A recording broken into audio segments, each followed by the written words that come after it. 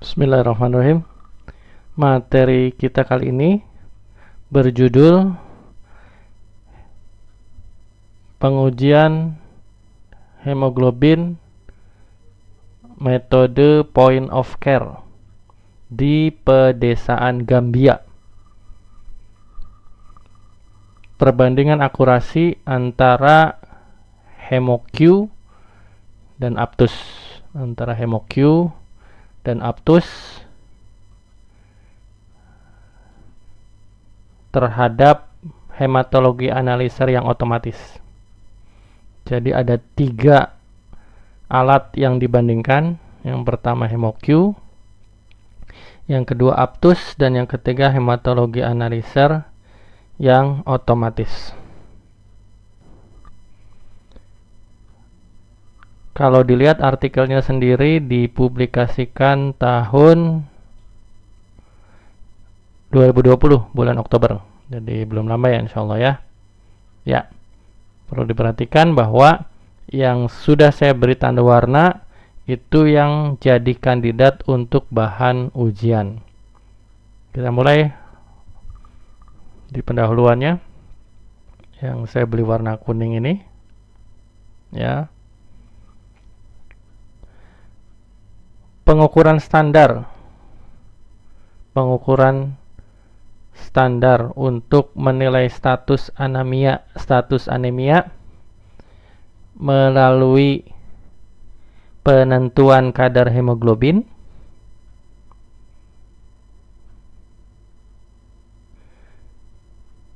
itu dapat dipilih metode kuantitatif, namun tidak bisa sampai menentukan penyebab anemianya. Pemeriksaan standar untuk menentukan status anemia melalui pengujian kadar hemoglobin darah bisa dilakukan secara kuantitatif, namun hasil pemeriksaan ini tidak mampu digunakan untuk penelusuran penyebab anemianya. Yang kedua, sebagaimana diketahui bahwa defisiensi besi pada populasi anak-anak yang kategori paling muda gitu, anak-anak yang paling muda, paling kecil, itu ditentukan berdasarkan kadar ferritinnya kurang dari 12 mikrogram per liter. Pada populasi anak-anak kategori muda yang masih kecil gitu ya, defisiensi besi dibatasi dengan melihat konsentrasi ferritinnya kurang dari 12 mikrogram per liter. Berikutnya,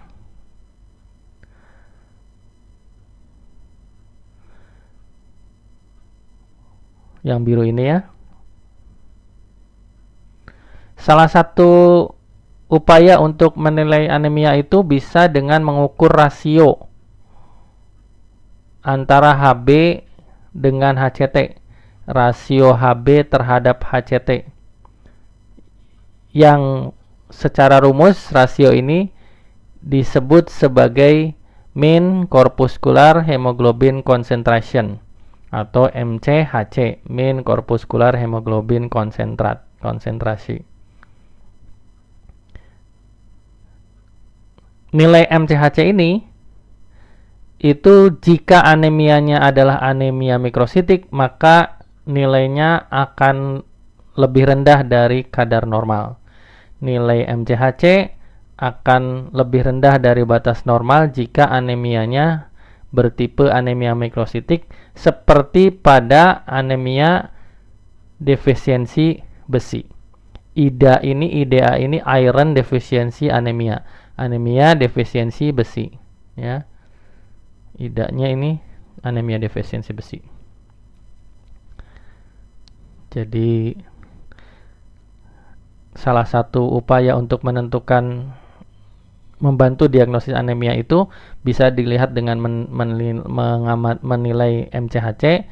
Jika MCHC-nya di bawah batas normal, maka arahnya adalah arah ke anemia mikrositik. Salah satu jenis anemia mikrositik itu adalah anemia defisiensi besi. Berikutnya, mengukur hematokrit dengan hemoglobin bersamaan bisa sangat membantu dan mempersingkat prosedur, mempermudah prosedur untuk mendukung diagnosis anemia, terutama pada laboratorium dengan fasilitas terbatas. Jadi pemeriksaan hemoglobin dan hematokrit bersamaan itu bisa lebih membantu dan mempermudah prosedur dalam mendukung diagnosis anemia, terutama pada laboratorium dengan fasilitas yang terbatas.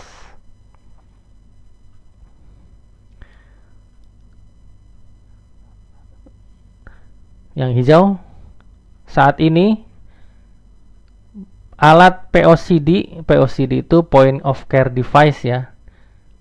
Kalau ada di beberapa tempat disebutnya POCT, point of care testing. Nah, itu pengujiannya namanya point of care testing, tapi kalau alatnya berarti point of care device gitu. Untuk saat ini alat POCD yang paling sering digunakan, paling umum, yang kemudian oleh Demographic and Health Survey (DHS), ini di Gambia kelihatannya, Demographic and Health Survey, sebuah organisasi di Gambia, DHS, sesuai dengan pedomannya dijadikan sebagai alat standar untuk mengukur hemoglobin dan hematokrit.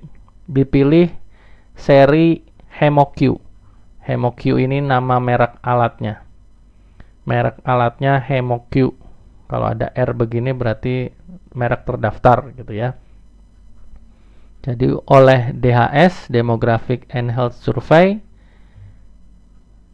merujuk pada keumuman POCD yang sering digunakan di berbagai tempat, maka HemoQ ditetapkan sebagai alat standar untuk penilaian hematokrit dan hemoglobin dengan metode point of care. Berikutnya yang ungu, Aptus juga nama merek. Aptus merupakan POCD terkini yang telah mendapatkan sertifikasi sesuai standar Eropa Directive. EU ini Eropa Directive, sebuah organisasi standarisasi di Eropa.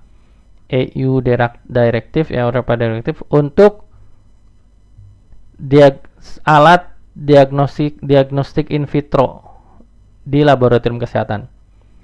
Alat diagnostik in vitro di laboratorium kesehatan dengan kode sesuai dengan dokumen Direktif 98/79/EC. Direktif 98/79 ini untuk Aptus. Jadi sudah mendapatkan sertifikasi terstandar sesuai dengan persyaratan yang ditetapkan oleh Badan Standarisasi Eropa, EU Directive, sebagai alat untuk diagnostik in vitro di laboratorium kesehatan. Ini yang ungu. Yang kuningnya Aptus. Kalau Anda menggunakan Aptus, itu sudah mampu mengukur hemoglobin dan hematokrit. Aptus mampu mengukur hemoglobin dan hematokrit secara bersamaan, simultan, secara bersamaan, melalui proses pemusingan, sentrifugasi, melalui proses pemusingan dan proses fotometri. Jadi Aptus mengukur hemoglobin dan hematokrit secara bersamaan simultan melalui proses sentrifugasi dan fotometri.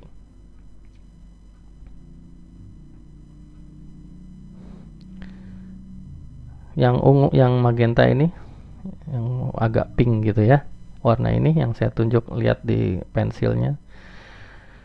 Menurut data dari NHS Healthcare Trust at Imperial College, ini sebuah organisasi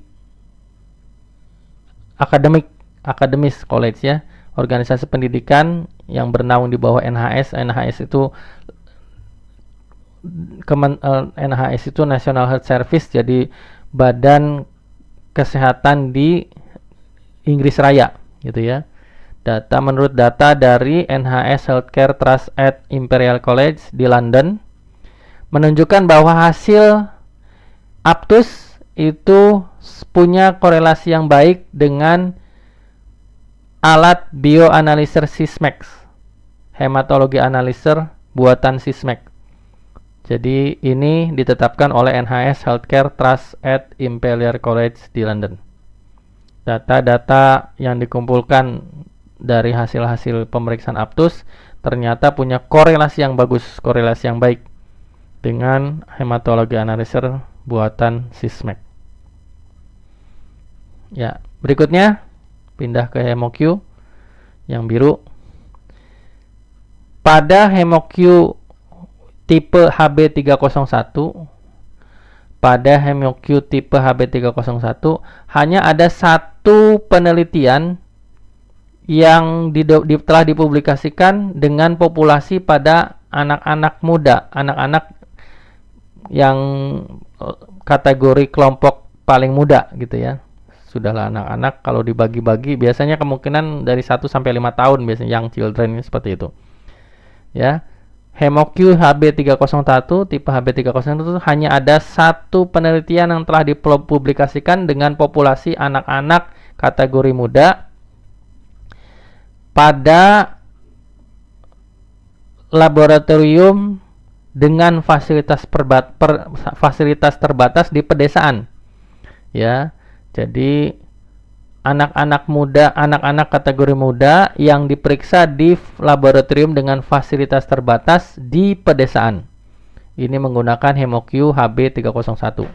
Hanya ada satu penelitian yang diketahui oleh peneliti ini. Berikutnya yang warna coklat ini, orange apa coklat ya, coklat lah ya. Penelitian ini tujuan pertama, lihat ini ada 3 berarti. Tujuan pertama ada 4, maaf. Tujuan dari penelitian ini yang pertama membandingkan hasil pengukuran HB hemoglobin menggunakan sampel darah vena yang diperiksa pada alat HemoQ HB301 dan Aptus, kemudian dibandingkan dengan standar emas, gold standard hematologi analyzer otomatis pada populasi anak-anak kategori muda yang didiagnosis mengalami anemia defisiensi besi di pedesaan. Dan sebagian komunitas di area sekitar sungai, di sini disebutnya ya, area sekitar sungai bagian atas, upper river region. Kita sebut saja inilah URR, upper river region di Gambia. Jadi ada 2 tempat, yang pertama di pedesaan di Gambia, yang kedua komunitas bergerak. Ini maksudnya remote komunitas, berarti jadi nomaden dia. Jadi biasanya penduduknya berganti-ganti, maksudnya gitu ya. Komunitas bergerak di pedesaan dan komunitas bergeraknya di sekitar, namanya kalau di kita mungkin kecamatan begitu ya, Upper River Region Gambia, atau kabupaten, ini kota kabupaten mungkin ya, regio atau wilayah ya, wilayah sungai sebelah atas gitu ya, Upper River Region. Jadi meliputi beberapa kota kabupaten kalau di level kita begitu ya. Jadi saya ulangi, yang pertama tujuannya adalah membandingkan hasil pengukuran hemoglobin menggunakan sampel darah vena pada alat HemoQ HB301 dan Aptus yang kemudian dibandingkan dengan hematologi standar otomatis sebagai gold standarnya, sebagai standar emas. Populasinya anak-anak kategori muda yang didiagnosis mengalami anemia defisiensi besi di wilayah pedesaan dan komunitas bergerak. Di area pedesaan dan komunitas bergerak di wilayah Upper River region Gambia. Itu tujuan pertama. Tujuan kedua yang hijau, membandingkan hasil pengukuran HB yang diperiksa menggunakan HemoQ HB301 dan yang diperiksa menggunakan Aptus melalui sampel darah kapiler. Kalau tujuan pertama tadi sampel darah vena, kalau tujuan kedua melalui sampel darah kapiler. Membandingkan hasil pengukuran HB antara HemoQ HB301 dan Aptus. Yang ketiga, menetapkan kegunaan Aptus pada area yang disebutkan tadi, yaitu anak-anak kategori muda dengan anemia defisiensi besi di pedesaan dan komunitas bergerak. Maksudnya gitu. Apakah Aptus ini bermanfaat ya, menentukan untuk mengetahui, kalau di tugas akhir Anda begitu ya, untuk mengetahui manfaat Aptus ketika digunakan di kelompok populasi anak-anak kategori muda dengan anemia defisiensi besi di pedesaan dan komunitas bergerak. Yang ketiga, mampu menetapkan potensi pengembangan model Aptus sebelum dipasarkan lebih luas. Mampu menetapkan potensi pengembangan model alat Aptus sebelum dipasarkan lebih luas. 4 tujuan penelitian ini. Berikutnya,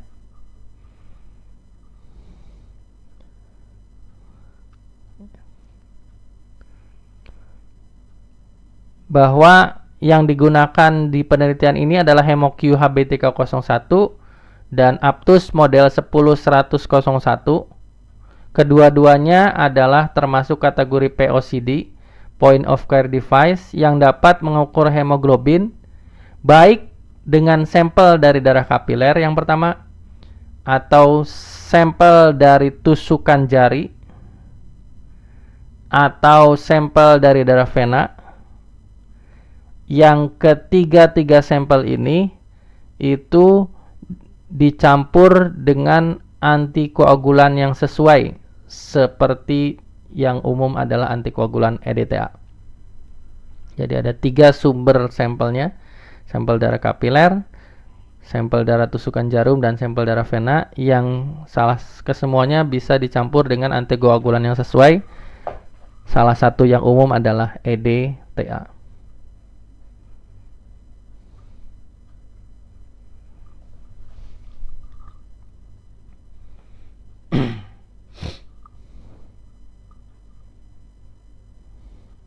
Berikutnya yang biru. Karena alat Aptus mengukur hemoglobin dan hematokrit secara simultan, maka membutuhkan pemusingan yang lebih lama. Karena alat Aptus mengukur hemoglobin dan hematokrit secara simultan, maka membutuhkan proses pemusingan yang lebih lama.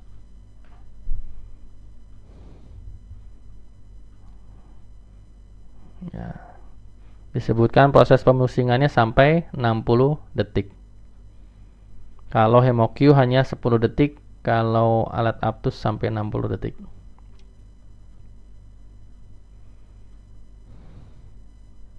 Ya, berikutnya Aptus itu mengukur hematokrit dan MCHC pada level seluler, hematokrit dan MCHC pada level seluler setelah proses pemusingan, yang dari hasil perhitungan hematokrit dan MCHC ini baru dimasukkan ke dalam rumus dengan cara mengalihkan MCHC terhadap hematokrit hingga didapatkan nilai hemoglobin. Jadi Aptus tidak langsung memeriksa nilai hemoglobin sejak awal, tidak. Yang diperiksa adalah nilai hematokrit dan MCHC. Dari dua parameter ini baru didapatkan hasil hemoglobin dengan cara mengkalikan antara MCHC dengan hematokrit secara matematis. Inilah perhitungan matematiknya. Jadi yang diukur oleh Aptus itu adalah hematokrit dan MCHC. Sudah dapat, baru secara matematik dikalikan hingga didapat nilai HB. Ini metode yang dilakukan oleh Aptus.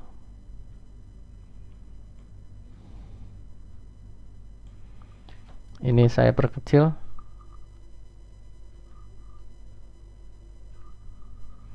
Ya. Silakan ini dibaca, ya. Ini dibaca, nanti disimak baik-baik, pelan-pelan dibaca dari mulai dimensi, beratnya, berat alat, suhu simpannya, suhu simpan alatnya maupun suhu simpan kuvetnya, kelembaban saat penyimpanan, suhu saat operasional saat penggunaan, kelembaban saat penggunaan, ketinggian tempat, ketinggian lokasi daerah yang maksudnya altitude tuh, sumber arusnya, kemudian daya dukung alat tambahannya apa yang bisa, pengendalian mutunya seperti apa, prinsip pemeriksaannya, lihat prinsip pemeriksaannya, ya ada perbedaan. Bagaimana cara kalibrasinya, bahan sampelnya dari mana saja, berapa jumlah sampel yang dibutuhkan, rentang pengukuran yang bisa diukur oleh alat ini dari kadar berapa, lamanya pengukuran berapa lama, dan harganya di sini ada. Ada harga untuk harga mungkin kita tidak perlukan ya harga. Jadi Anda sampai batas ini saja, dibaca, diingat-ingat perbandingan antara keduanya. Yang sebelah kiri ini adalah HemoQ, yang sebelah kanan adalah Aptus. Silakan diingat-ingat, dihafalkan baik-baik.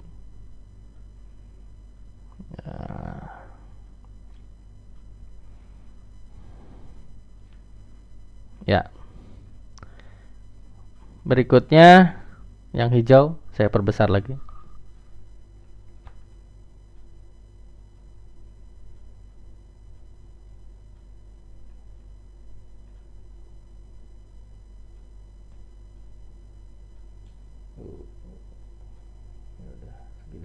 Cukup ya.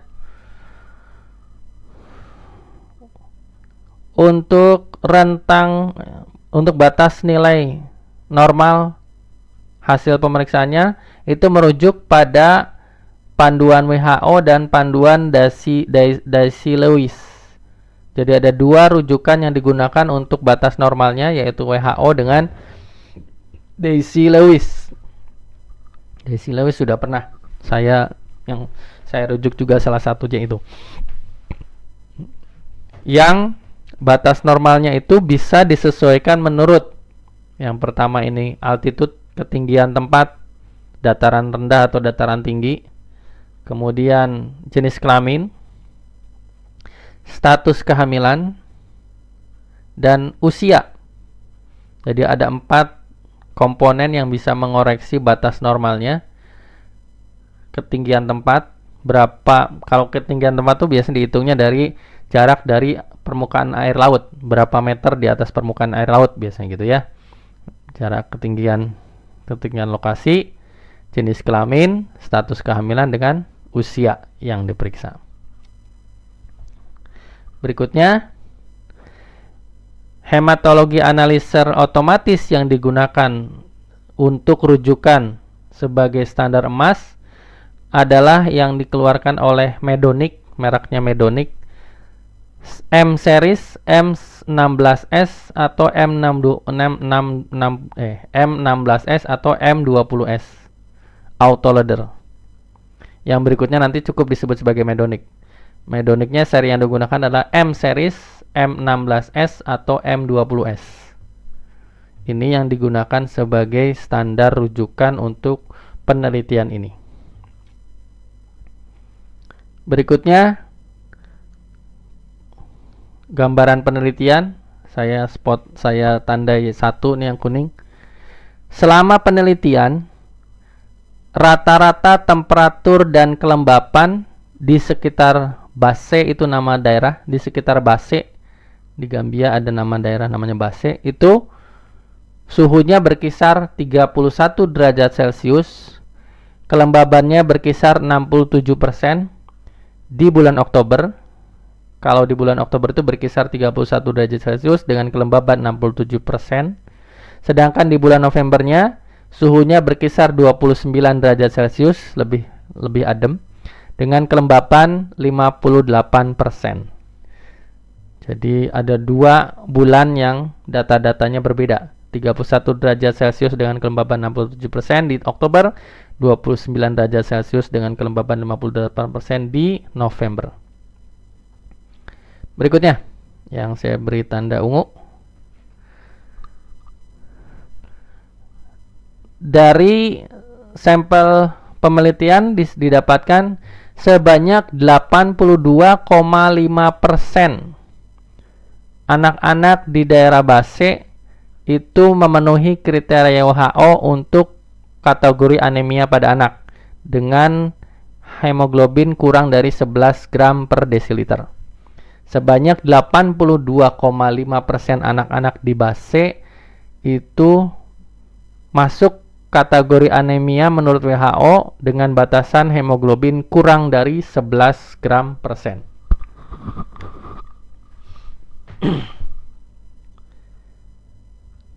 Sedangkan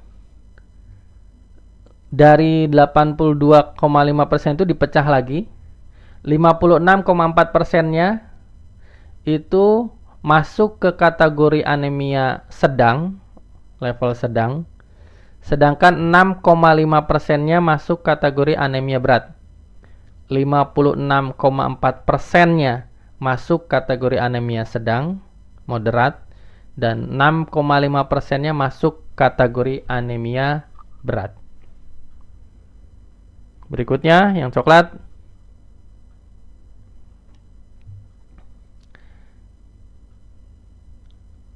Anak-anak dengan usia 6 sampai 35 bulan. Oh, ini berarti yang diambil level mudanya seperti ini. Jadi sekitar 1 sampai 2 tahun gitu ya. Anak-anak usia 6 sampai 35 bulan yang sehat namun diduga mengalami anemia defisiensi besi, ya. Itu jika terperiksa hemoglobinnya antara 7 sampai 11 gram per desiliter dan serum ferritinnya di bawah 30 mikrogram per liter. Itu diambil dari 17 pedesaan di area yang diteliti. Jadi setelah dikumpulkan ternyata didapatkan ada anak-anak yang dikategorikan sehat 6 sampai 35 bulan umurnya, namun diduga mengalami anemia defisiensi besi karena hemoglobinnya berkisar antara 7 sampai 11 gram per desiliter dan kadar ferritin serumnya di bawah 30 mikrogram per liter. Ini dikumpulkan dari 17 pedesaan di area yang diteliti. Berikutnya, prosedur. Prosedur. saat pengambilan sampel darah, pertama kali itu lengan yang akan ditusuk diusap dengan etanol 70%. Lengan yang akan ditusuk diusap dengan etanol 70%. Untuk pengambilan darah vena, nih yang ungu, menggunakan jarum Multifly, mereknya Multifly. Jarum Multifly ini merek dengan ukuran 21. Jarum Multifly dengan ukuran 21. Tabung yang digunakan bermerek Microtiner dengan EDTA yang sudah ada di dalamnya. Tabung Microtiner dengan EDTA yang sudah ada di dalamnya. Berikutnya, selanjutnya tahapan berikutnya setelah darahnya masuk ke dalam tabung tersebut, lihat yang di sini yang warna magenta ini, dibolak-balikan tabungnya selama 30 detik segera setelah pengambilan selesai. Jadi setelah darah mengisi penuh tabung itu, langsung dibolak-balikan selama 30 detik. Dalam 30 detik ini, yang biru, minimal bolak-baliknya itu sebanyak 10 kali. Jadi dalam 30 detik ini minimal bolak-baliknya sebanyak 10 kali. Berikutnya yang bawah, yang coklat. Sampel pemeriksaan dibawa ke laboratorium di base dengan menggunakan box pendingin yang diisolasi, jadi ditutup rapat, box pendingin yang ditutup rapat, ya, menggunakan box pendingin ditutup rapat. Untuk selanjutnya diperiksa menggunakan alat medonik dalam kurun waktu 4 jam maksimal, paling lama 4 jam sejak pengambilan. Jadi segera dibawa menggunakan box pendingin yang terisolasi, artinya ditutup betul-betul rapat. Jadi tidak asal nutup.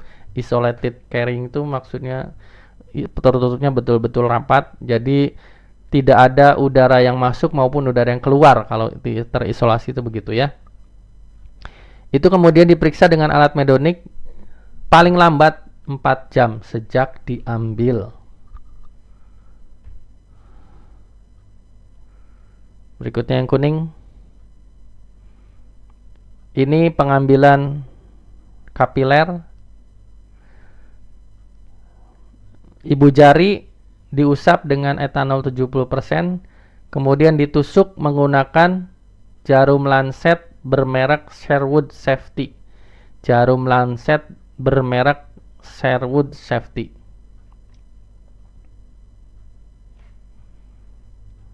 Yang berikutnya yang ungu ini, ungu kemerah, ungu pink. Jika selama penapisan, jadi belum mulai penelitiannya, jika selama penapisan sampel darah vena yang terperiksa ada yang didapatkan nilai hemoglobinnya kurang dari 7 gram per desiliter, if during screening a measurement was Hb, venous blood was taken and analyzed. Ya. Jadi ini kalau misalnya kan menggunakan HemoQ dan Aptus juga pakai vena ya. Kalau ternyata pada saat pakai vena itu ditemukan hemoglobin kurang dari 7 gram per desiliter yang menurut WHO ini dikategorikan sebagai anemia berat, maka dalam selambat-lambatnya dalam waktu 4 jam sampel tersebut langsung diperiksa, dikonfirmasi dengan medonik. Jadi jika hemoglobin yang terperiksa kurang dari 7 gram per desiliter pada POCD dari sampel darah vena, maka sampel tersebut segera diperiksa medonik dalam kurun waktu 4 jam. Jadi tidak lebih dari 4 jam. Ya. Kalau ternyata yang biru muda berikutnya ya, if this confirmed the field, ya. Kalau ternyata dari pemeriksaan medonik tetap sama, kadar Hb-nya kurang dari 7 gram per desiliter, yang berarti anak ini dikategorikan anemia yang berat, maka dia dikeluarkan, tidak lagi sebagai sampel penelitian. Ya, dia tidak lagi jadi sampel penelitian dan segera diberikan terapi sirup tambahan sirup zat besi oral. Tambahan sirup zat besi oral sesuai pedoman nasional di Gambia. Jadi kalau tadi di Medonic terperiksanya sama, berarti dia sudah dikategorikan anemia berat, maka langsung di stop, dikeluarkan dari sampel penelitian, langsung diterapi. Terapinya apa? Sirup zat besi oral sesuai pedoman nasional di Gambia. Bagaimana quality control HemoQ? HemoQ yang coklat ini memiliki quality control internal yang disebut sebagai self test, menguji sendiri. Ya, menguji sendiri. Jadi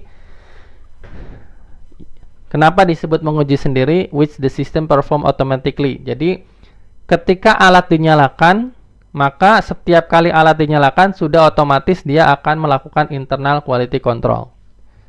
HemoQ itu setiap kali alat dinyalakan, maka langsung dilakukan internal quality control. Yang hijau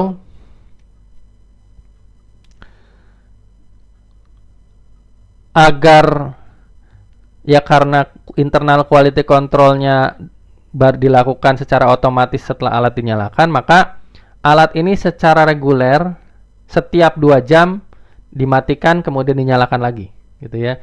Jadi setelah 2 jam matikan, nyalakan lagi. Jadi artinya internal quality controlnya berulang secara reguler setiap 2 jam, ya, untuk pada saat penelitian ini. Jadi alatnya dinyala matikan setiap 2 jam agar internal quality controlnya berlangsung secara reguler. Ya. Yang ungu. Sementara itu, untuk external quality control level 1 dan level 2 menggunakan reagen namanya Eurotrol HB301. Eurotrol HB301 ini untuk external quality control level 1 dan level 2 yang dilakukan setiap hari sekali sehari, device daily. Jadi ya, untuk akurasi hasilnya dilakukan external quality control menggunakan Eurotrol HB301 sehari sekali. Ya, perlakuannya sehari sekali. Sedangkan untuk Medonic, external quality controlnya dilakukan setiap awal pagi hari. Jadi setiap mulai pagi hari, maka Medonic dilakukan external quality control dulu sekali sehari di awal pagi untuk menentukan akurasi hasil pemeriksaannya. Analisis data. Aptus menampilkan pesan error sebanyak 7 kali dari 190 darah vena yang diperiksa. Ini setara dengan 4%. 7 dari 190 darah vena yang diperiksa itu menampilkan pesan error di alat Aptus. Sedangkan jika sampelnya darah kapiler, maka sebanyak 108 dari 615 yang terkumpul. Ini setara dengan 17,6%. 108 dari 615 darah kapiler yang terkumpul setara dengan 17,6%. Sepertinya sudah. Ya. Sudah, di bawah tidak ada ya. Ya. Baik. Saya cukupkan untuk materi artikel kali ini. Silakan dipelajari baik-baik untuk kesiapan di ujian pekan yang akan datang.